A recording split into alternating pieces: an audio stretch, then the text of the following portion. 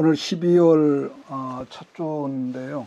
오늘은 내기 29번째로 말씀의 제목은 믿음의 시험, 믿음의 테스트입니다. 내기 25장은 신앙생활의 원상회복을 말씀하고 있는 장인데 그 내용을 본장에서 세 가지로 말씀하고 있거든요. 첫째가 안식년이고 두 번째가 50년 만에 돌아오는 희년제도, 그리고 세 번째가 고엘이라고 일컫는 속량법인데 그 개념은 이름하여 탕감법입니다. 탕감. 그러니까 탕감이 뭐냐? 내 힘, 내 능력으로는 안 되지만 오직 하나님의 은혜로는 한 방에 모든 것들이 끝이 낸다는 그런 의미를 가지고 있죠.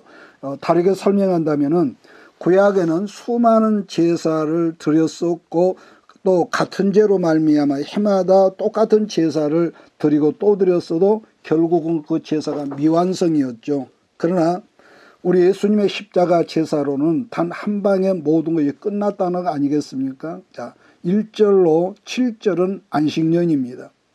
여기서 한 가지 참고할 것은 안식년이란 제도는 사람을 위한 제도가 아니라 본문에서 말씀은 안식년이나 땅의 안식년이라는 거죠. 땅의 안식년. 자, 그런데 보면은 우리나라 대부분의 그 목회자들은 안식년이라면서 7년마다 자기 그 목회를 쉬죠. 뭐 그것이 뭐 잘못됐다 그런 걸 제가 타다는 건 아니지만은, 그러나 그렇게 생각하면은 절대로 성경적이지 않다는 것인데, 왜냐?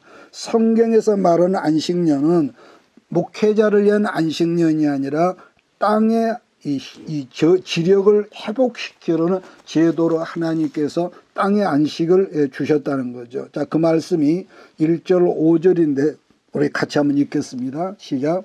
여호와께서 시내 산에서 모세에게 일러 가라사대 이스라엘 자손에게 너희는 내가 너희에게 주는 땅에 들어간 후에 그 땅으로 여호와 앞에 안식하게 하라. 너는 6년 동안 그 밭에 파종하며 6년 동안 그 포도원을 다스려 그 열매를 것이나 제7년에는 안식하게 할지니 여호와께 대한 안식이라.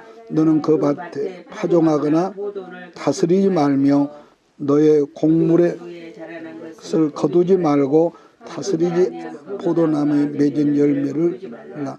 이는 땅의 안식년임이라. 제가 지금 기록한 것은요 개역 성경이니까 여러분들이 참고를 하시고 이해를 하기 바랍니다.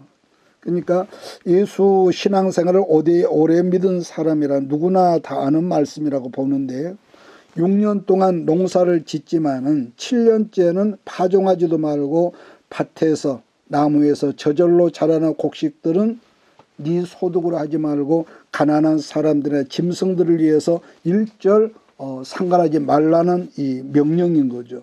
자, 그렇다면은 하나님께서 왜 안식년을 만들었냐 한다면은 아까 그랬죠. 땅의 지력을 건강하게 회복시키려고요. 반면에 오늘날 이 모든 나라가 그렇습니다. 계속 농사를 쉬지 않고 땅을 부려먹다가 보니까, 게다가 요즘에 비료가 나오면서는 여러분 그 퇴비도 넣지 않는 경우가 많단 말이에요. 그러면은 우리가 땅의 소출을 먹는데 결국 그 땅이 어떤 땅이 되느냐? 한마디로 땅이 골병든 땅이라는 말이죠. 골병든 땅. 자, 그러면 그 병든 땅에서 나온 농작물이 사람에게 유익을 주겠냐는 거죠. 그러니까 땅이 병들면 결과적으로 나오는 모든 소득이 이런 병이 되니까 사람이 아울러 병이 많다는 거죠. 그래서 어떤 식물학자가 하는 말이 50년 전에 나오는 시금치는 한 담하고 먹으면은 우리가 그 충분한 이런 그 비타민, 영양소를 보충하는데, 그것을 그 양으로 우리가 먹으려면 지금은요 50배 이상의 시금치를 먹어야만이 옛날 영양소가 회복된다. 그런 말을 한 게 생각이 나는데, 그러니까 지금도 단시간에 땅의 지력을 가장 황폐하게 하는 작물이라면 대표적으로 두 가지가 있거든요. 첫째는 인삼입니다. 두 번째 옥수수입니다. 그 중에서 인삼은요 연작을 못하죠. 왜냐하면 땅의 지력을 너무 빨아먹어버리니까. 6절 7절 안식년의 소출은 너희가 먹을 것이니 너와 네 남종과 네 여종과 네 품꾼과 너와 함께 거하는 객과 내 육축과 내 땅에는 들짐승들이 다 그 소산의 식물을 삼을지니라고 그랬습니다. 여기서 좀 다른 말 같지만은 사실 하나님의 교회는 여러 가지 부서가 있고 섬김의 기관들이 있지만은 너무 그 사람의 지혜로 조직적으로 하는 것은 여러분 그게 아니라고 보는데, 왜냐하면은 하나님의 교회 안에서는 어떤 일이든지 조직이나 어떤 이 법으로 하는 것이 아니라, 첫째, 이것은 앞으로 똑같습니다. 은혜만 있으면, 다르게 은혜를 받으면은 뭐든지 차고 넘치는 것이 하나님의 교회 여러분 어떤 이 흐름이거든요. 그러니까 하나님의 교회에서 뭐 조직을 하지 말라는 것이 아니라 조직을 강화한다거나 법을 너무 지나치게 앞세우는 가장 큰 이유라면은요, 그것은 욕심인 탐욕 때문이라는 거죠. 탐욕.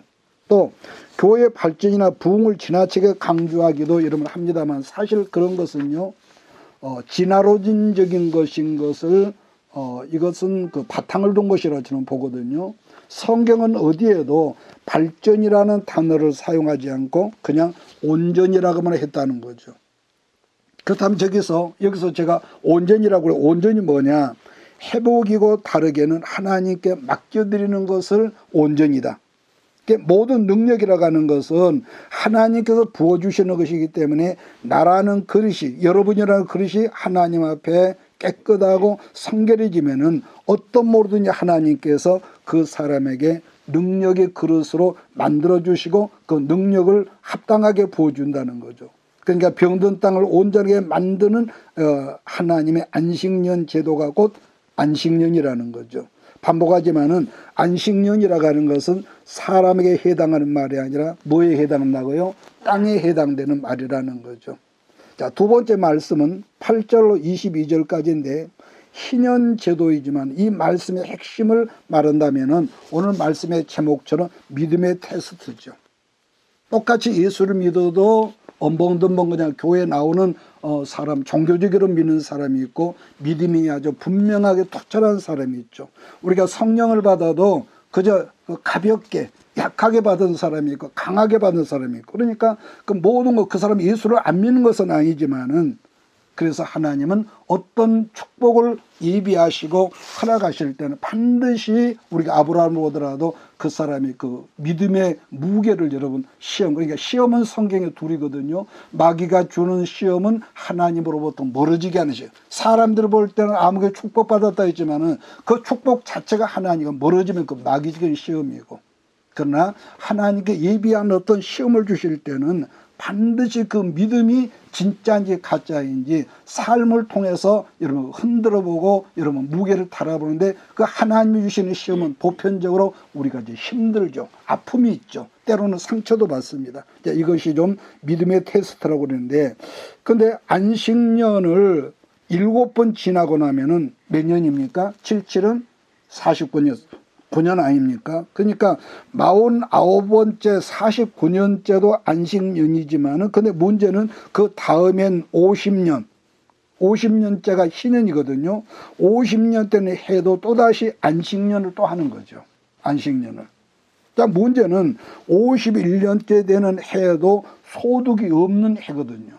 왜냐하면 지난해에 이런 농사를 안 지었기 때문에. 왜냐하면 추수할 때까지 양식이 그러니까 실제로 없단 말이에요. 세곡식이. 그랬기 때문에 사실 그 3년 동안은 하나님께 믿음으로 맡기겠다는 것을 제가 아까 말할 때 믿음의 시험이라고 그런 것이죠. 그런데 그게 가능했다는 이유로 우리가 본문에서 보면은, 내가 순종해 드리면은 6째 되는 해에 하나님께서 3년 먹을 수 있는 풍성한 이런 복을 주신다는 이런 약속이었습니다. 그러니까 사실 사람이란 건강하다고 할지라도 우리가 100년 살기 어렵죠. 100년을 산다고 할지라도 늙으면 아무것도 못하지 않습니까? 100년을 살지 못하는데, 자, 그런 점에서 한 사람이 희년을 몇 번 겪습니까? 여러분, 이렇게 해도 저렇게 해도 한 번밖에 할 수가 없거든요, 희년은. 그러니까 한마디로 평생에 한 번뿐인 희년인데, 이 말씀이 주는 의미는 마지막 때를 살건 우리가 3년이 아니라 여러분 3일이라도 하나님께 나를 온전히 드려보는 그런 삶을 사는 것을 당부했다고 우리가 볼 수가 있죠. 자, 그럼 여기서 20절, 22절을 제가 읽습니다. 혹 너희 말이 우리가 만일 제7년에 심지도 못하고 그 부산물을 거두지도 못하면 무엇을 먹고 살겠느냐, 무엇을 먹으리요 하겠으나 내가 명하여 제6년에 내 복을 너희에게 내려서 그 소출이 3년 쓰기에 족하게 할지라. 너희가 제8년에는 파종하려니와 묵은 곡식을 먹을 것이며 제9년 곧 추수하기까지 묵은 곡식을 먹으리라, 이렇게 말씀했습니다. 자, 그런데 이 방식을 보면은요, 신년이 되는 해, 이스라엘은 신년인 새해가 언제부터라도 기억을 합니까? 우리는 1월 1일이 여러분 새해인데 이스라엘은 7월부터가 여러분 그 신년인 거죠. 그래서 7월 1일이 나팔절이고 7월 10일이, 7월 열흘이 대속절인데 그 7월 1일 날 제사장이 희년 나팔을 불면서부터 그 다음에 7월 1일까지 만 1년 동안 희년이 시작이 되었다는 것이죠. 그러면은 대속죄일은 7월 10일이 뭐냐? 모든 죄의 빚을 탕감하는 날이 여러분 대속죄일. 반복하자면은 지난 1년 동안 하나님께서 해결하지 못했던 모든 죄의 빚을 하나 없이 다 탕감해 준다는 의미인데, 그게 바로 우리 예수님의 십자가 사랑의 예표가 그 속에 있는 거죠. 왜 그러느냐? 구약은요, 속죄일이나 대속죄일이 해마다 뭐가 됐습니까? 반복적으로 왔었죠.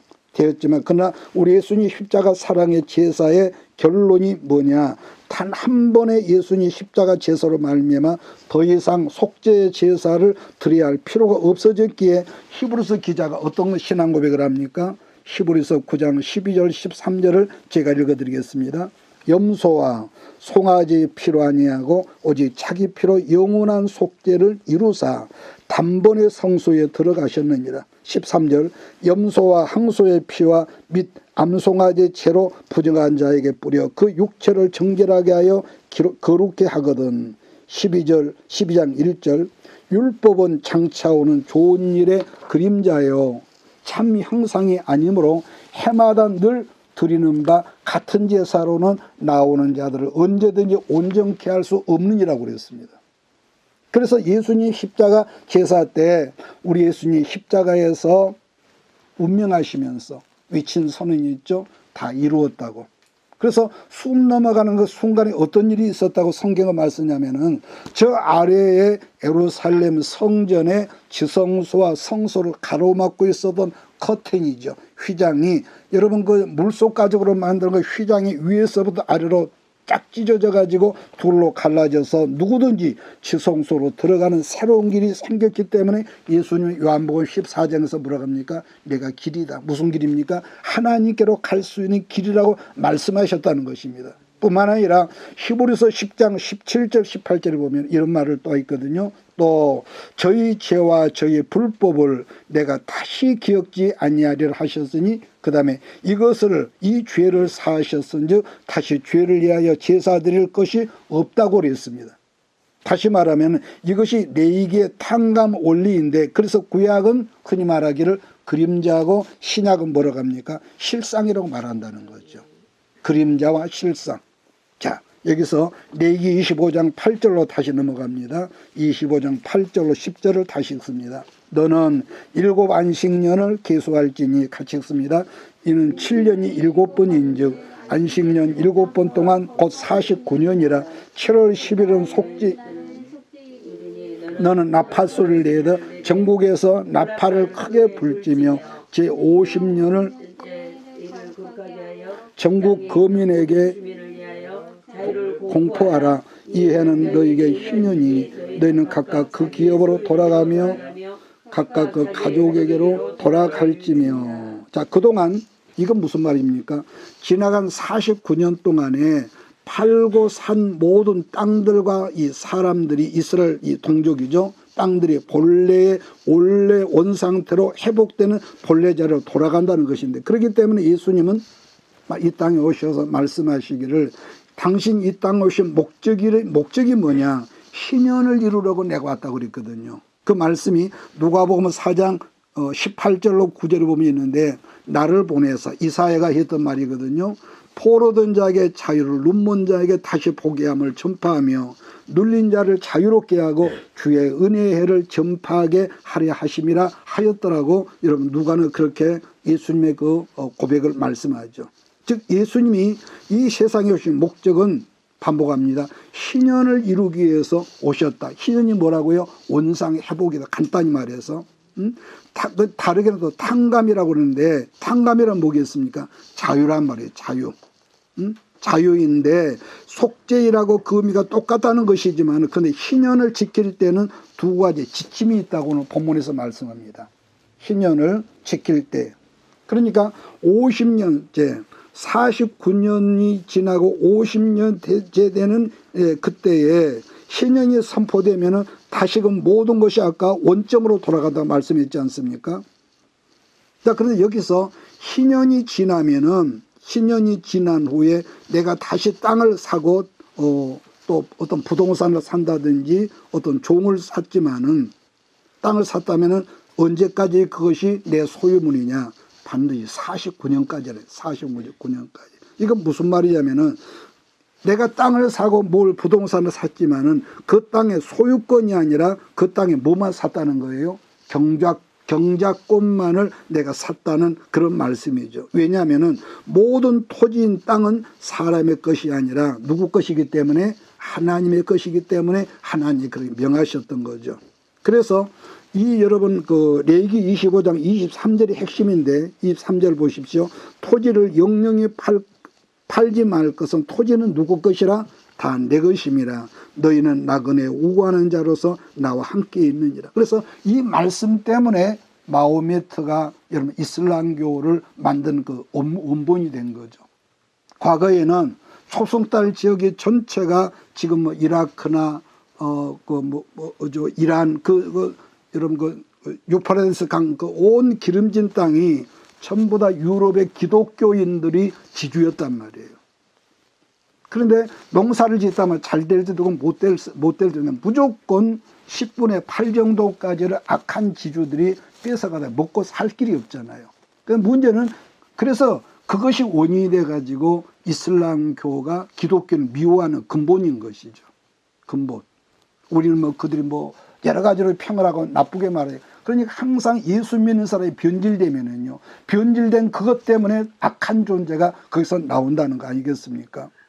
자, 언제가 이걸 다시 설명할 때가 있을 줄 압니다. 또 하나 다른 하나는 토지 경작권을 우리가 49년 10년치를 샀든지 혹은 20년치를 샀든지 중간에 땅을 팔았던 사람이 돈이 생겼다든지 아니면은 나의 친척, 여러분의 가장 가까운 친척 중에 나의 형편과 처지를 알고 있는 사람이 나를 대신하여 그 땅의 경작권과 또 우리 아들, 딸이 어떤 거 얼마 동안 그 종이 돼서 품꾼이 돼서 팔렸다든지 그러면은 그것을 찾아주는 제도가 있었는데 성경은 그것을 기업물을자, 여러분 기억하십시오. 기업물을자라고 말씀했던 거죠. 여기서 제가 10년, 20년 그렇게 말했는데 예를 들어서 희년 나팔이 분지가 10년이 됐으면은 49년이 얼마 남았습니까? 39년이 남은 거죠.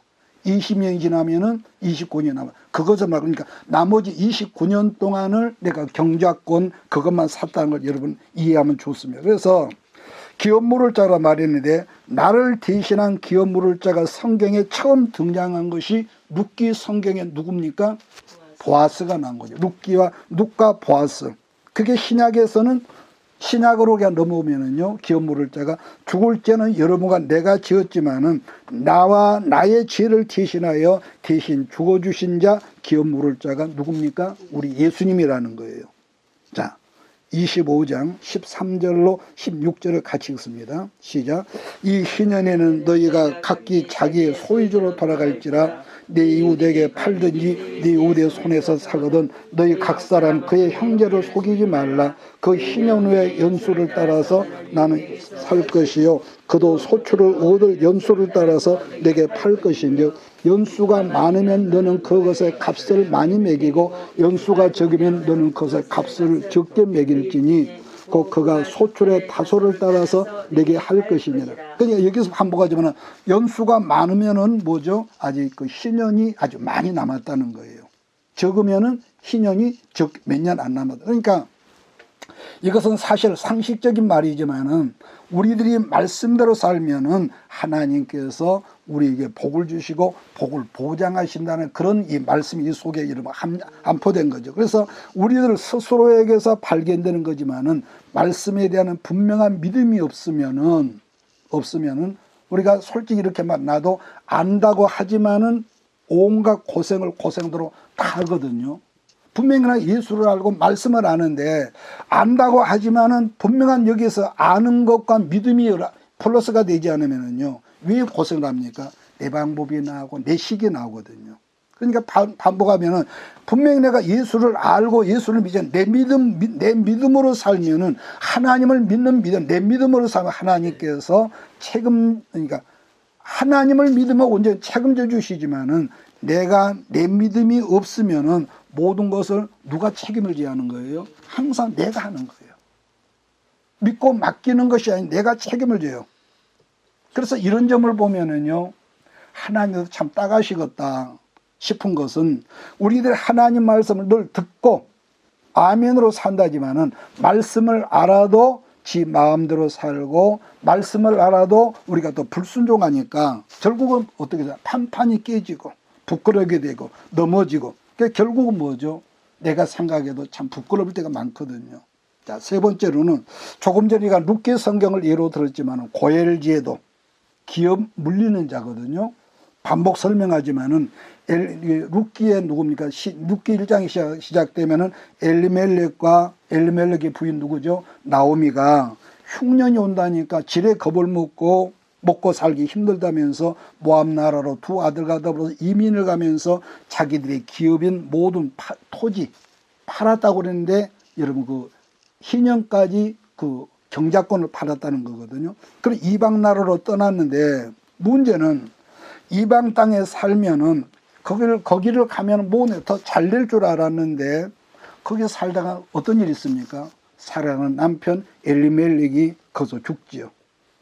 그리고 나서 10년쯤 지나서 큰아들 말론과 작은아들 기론이 죽고 나니까 나오미가 꿈을 품고 예루살렘 약속의 땅을 떠났지만 결국 10년 만에 청산 가부가 돼가지고 빈털터리로 먹고 살게 귀국을 하지요.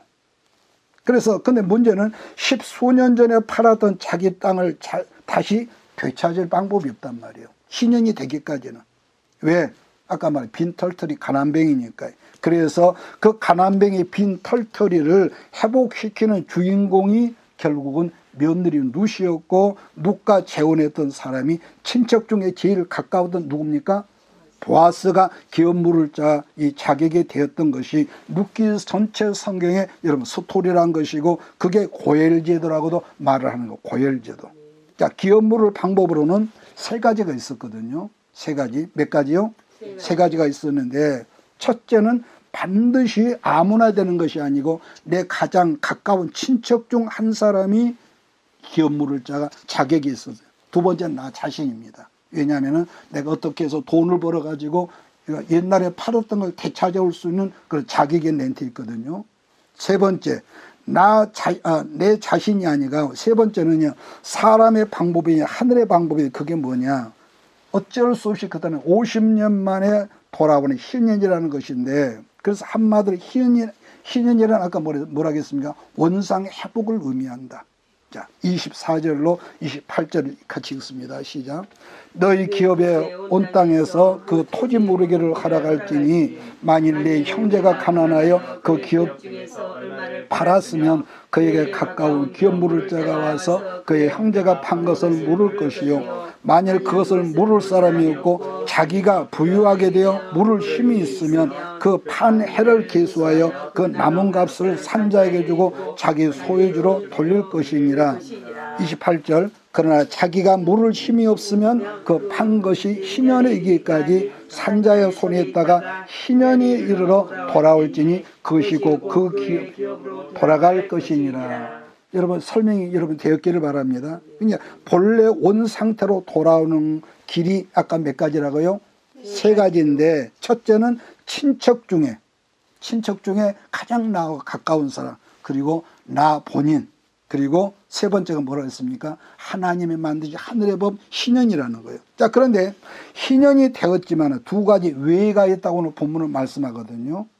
즉 물을 수 없는 거예요. 희년이 분명히 되었지만, 첫째로 오늘 본문을 보니까 성벽이 있는 성내 가옥이나 땅입니다. 기억하십시오. 성내에 있는 가옥이거나 성 안에 있는 토지. 두 번째, 내인으로서 즉 오늘날 주의 종들인데 한마디로 성직자의 재산에 대해서는 이건 어떻게 할 수가 없었습니다.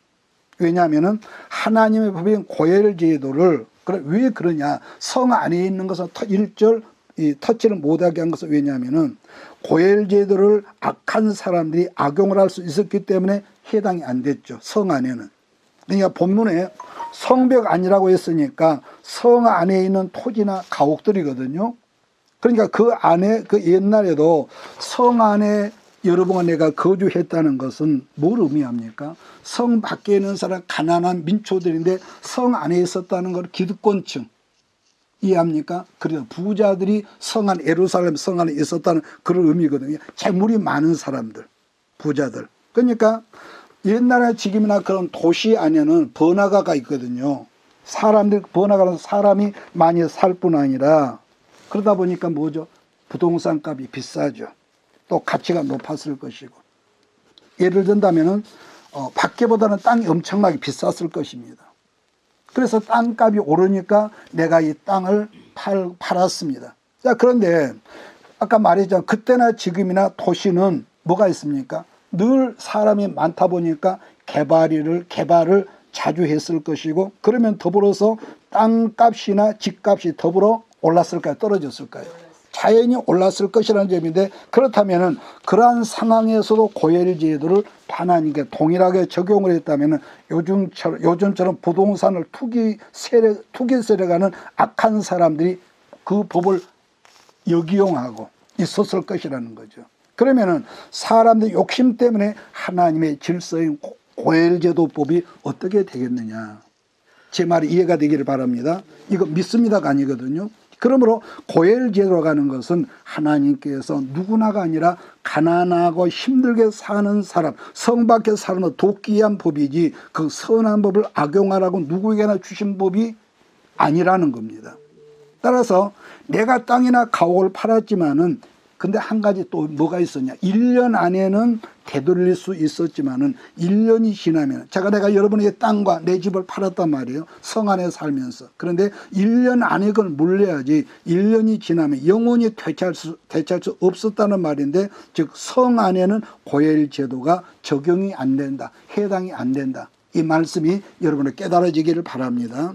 그래서 그 말씀이 29절로 31절이거든요. 같이 읽습니다. 제가 읽습니다. 성벽 있는 성내 가옥을 팔았으면 판지 말 1년 안에는 물을 수 있나니 꼭 그 기한 안에 물으려니와 1년 안에 물으지 못하면 그 땅, 그 성 안의 가옥은 산자의 소유대로 확정되어 대대로 영구히 그에게 속하고 희년이라도 돌려보지 아보내지 아니할 것이니라. 그러나 성벽에 둘리지 않은 촌락의 가옥은 나라의 전토와 같이 물려주기도 할 것이요 희년에 돌려보내기도 할 것이냐고 그랬습니다. 그런데 여기서 잠깐만 이것만 말하고 말씀을 적겠습니다. 내인들만큼 아까 말한 대로 그들의 일정한 기업이었고, 누가 기업이었습니까? 하나님 자신이 기업이었고, 그들이 누릴 수 있는 땅은 뭐가 있습니까? 도피성밖에 없거든요. 도피성. 자, 그 다음에 말씀은 네 동포에게 이스라엘 사람이 돈을 빌려주더라 이자를 받지 말라고 그랬습니다. 여러분, 어느 순간 하나님께서 여러분과 나에게 재물이라는 능력을 확 부어주시지만은 주시는 목적이 여러분 뭐라고 기억을 합니까? 첫째, 관계회복이라고 그래요. 관계회복. 첫째는 하나님과 나와의 관계회복을 위해서 주신 재물을 사용하라. 두 번째는 뭡니까? 내 주변에 가난하고 힘들어하는 사람 위해서 주신 재물을 그렇게 사용하라. 그러니까 하나님과의 관계회복이란 쉽게 말하면 온전한 헌신을 의미하지만은 사람들과의 관계회복이라고는 내 얘기를 시작할 때 제가 무차람 내 얘기 5대 제사에서 여러분에게 언급을 했던 화목제물이죠. 여기서 화목제물을 제가 언급한 것은 제가 늘 반복했습니다만은 하나님과의 화평이 중요한 것만큼 사람과의 관계 화평도 중요하다 안 중요하다? 중요하다는 겁니다. 그렇게 우리 예수님도 이 하목에서 말씀하시기를 마태복음 5장 23절 4절을 보니까 어떤 말을 했습니까? 그러므로 애물을 제단에 드리려다가 거기서 네 형제에게 원망들을 풀지 않은 것을 화목시키지 못한 풀지 않은 원망들을 만한 일이 뭐라겠습니까? 생각이 나거든. 애물 드리지 마라. 그게 아니라 애물을 제단 앞에 두고 먼저 가서 형제와 화목하고 그 후에 와서 뭐라고 합니까? 그때 애물을 드리라는 거예요. 그러면 누구를 위하고 누구 잘 되라고 화목하라고 그러는 겁니까? 그 사람 잘 되라고? 누구 잘 되라고? 나 잘 되라, 나 잘 되라고. 나를 위해서. 그뿐만 아니라 마태복음 18장 18절 9절 보니까 예수님이 그랬거든요. 진실로 너에게 이르노니 무엇인지 너희가 땅에서 매면 그 다음에 그거 합니까? 하늘에서도 매일 것이요 무엇이니 땅에서 풀면은 하늘에서도 풀리리라. 진실로 다시 너에게 이르노니 너희 중에 두 사람이 땅에서 합심하여 무엇이든지 구하면 하늘에 계신 네 아버지께서 그들을 위하여 이루게 한다는 거예요. 이루게 하신다. 그러니까 첫째 뭐죠? 부부관계도 화목하면은, 그러니까 우리가 연애할 때는 너 없으면 안 된다고 그렇게 살다 보면은 서로 간에 허물이 보이고 그러잖아요. 그렇기 때문에 화목하려면은 우리가 서로 노력해야 하고, 그래서 화목하려면 또 하나 있습니다. 합심이 돼야 하는데, 합심하려면은 화목하는 당부의 말씀이 적용되지 않겠습니까? 그렇기 때문에 진정한 회개라고 하는 것은요, 하나님은 잘못했습니다, 금식합니다, 삼기도함, 이게 아니란 말이에요. 진정한 회개라고 하는 것은 하나님께만 아니라 먼저는 누구에게? 사람에게, 풀지 못한 사람에게란 이 사람이 먼저란 순서를 여러분 절대로 여러분 잊지 말아야 한다는 것은 사람과의 합평이 되지 않으면은 하나님 앞에서 여러분과 내가 아무리 기도하고 금식할지라도 상달이 된다 안 된다? 안 된다는 겁니다. 이해하십니까? 이건 믿습니다. 이건 절대로 아닙니다. 그러니까 다르게 하면 더러운 곳에 파리떼가 옹성옹성하는 것처럼요. 진정한 죄 씻음의 원리를 여러분과 내가 떠나 살면은 그때는 뭐가 오죠? 마귀떼가요. 마귀떼가 득실된다는 것을 여러분 절대로 잊지 말아야 합니다. 왜? 죄가 있는 곳은 항상 어둠의 영이 있으니까요. 그러니까 다시 말하면 우리가 회개한다, 화해한다. 누구를 위해서? 나를 위해서. 누구를 위해 종을 울리냐 하면 나를 위해서 울린다는 거죠. 자, 말씀을 끝내겠습니다.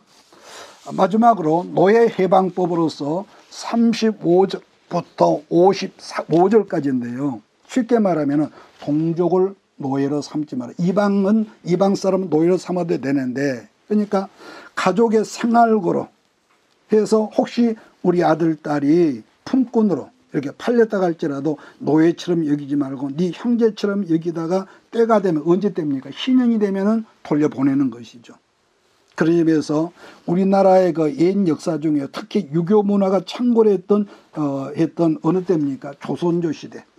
고려가 망하고 이성계가 이시조선을 세우려 500여 년 동안 그야말로 악법이 있었습니다. 전 세계에서만 이런 경우는 드물다거든요.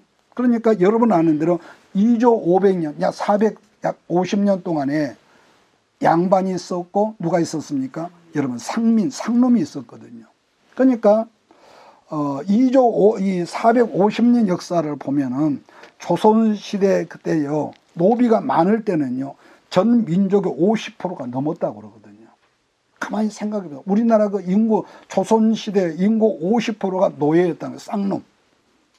그러니까 상민이 한번 상민이 되면은 일평생 자자손손 계속 그 집 자손들은 노비가 되는 겁니다. 반면에 악한 양반들이 자기 집안에 여러분 누가 있을까요? 상민의 그 아내가 있었을 것이고 얼굴이 이쁜 처녀들이 노예로 들어온 경우가 있어서, 이건 실제로 우리 조선 역사에 많이 있고, 노비들을 겁탈을 해서 태어난 자녀도 사실은 자기 씨 아니겠습니까? 그런데도 그 씨를 인정하지 않고 노비로 늘렸다는 거. 왜냐? 사실 옛날에는요, 자식들의 숫자가, 노비의 숫자가 그 집안의 재산이었는데, 그런 경우가 대표적으로 우리나라 그 옛날 조선시대 몇 년인가 나온 소설이 있죠. 홍길동 홍길동이라는 그 소설인데 바로 홍길동이라는 사람이 양반의 아들인데 굉장히 탁월한 거. 뭐 이걸 설명하면 오래 걸리니까. 자, 39절로 40절 제가 읽고 오늘 말씀을 마무리하겠습니다. 내 동족이 비난하게 되어 내게 몸이 팔리거든 너는 그를 종으로 부리지 말고 품꾼이나 우고한 자같이 너와 함께 있게 할 희년까지 너를 섬기게 하라고 그랬습니다. 자, 그런데 여기서 말씀을 끝내기 전에 우리는 원래부터 누구의 다 종이었습니까? 그렇죠. 우리는 우리의 능력으로는 죗값을 치를 수가 없었기 때문에 하나님은 우리의 죗값에 기업물을 자를 보내서 예수님을 믿게 하고 우리의 죄를 남김없이 탕감해 주신 것이 십자가 제사법이라고 그랬습니다. 그런 점에서 요한계시록 20장 21절을 보면 21장 20장을 보면은요. 생명록 책이 있고 기억하십니까? 행실록 책이 있다고 그랬습니다. 빈부귀천 유무식을 막론하고 예수를 믿어 그 말씀의 생명수에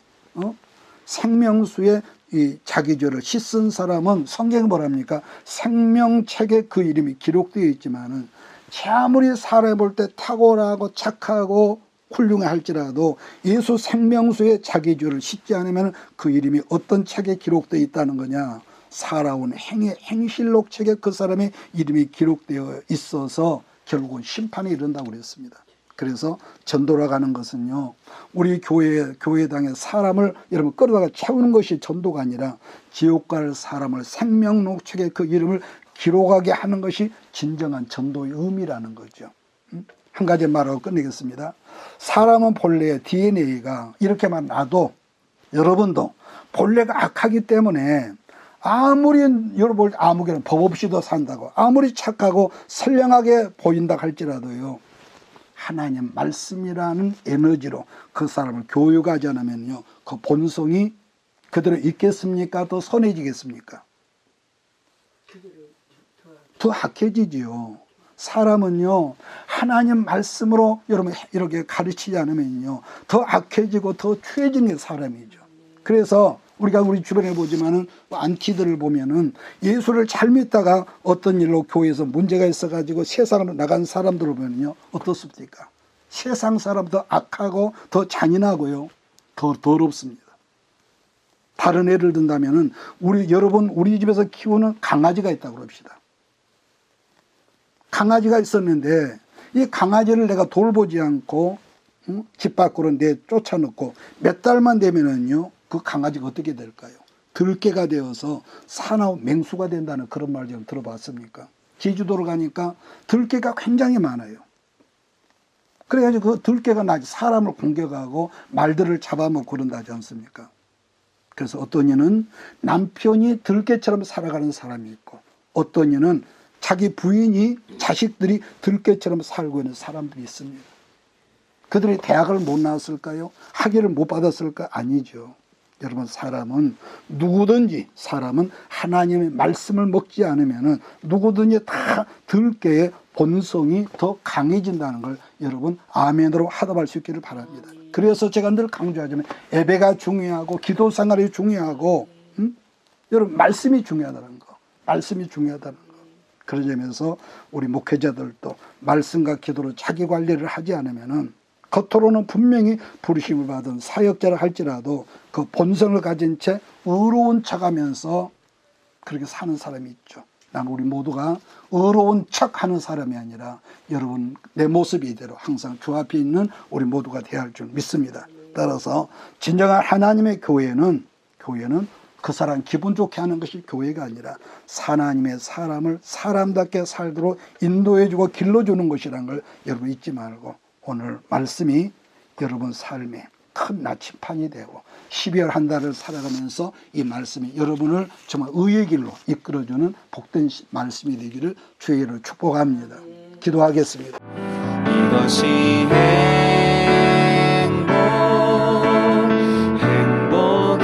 행복이라오. 세상은 알 수 없는 하나님 선물. 이것이 행복이라오. 하나님의 자녀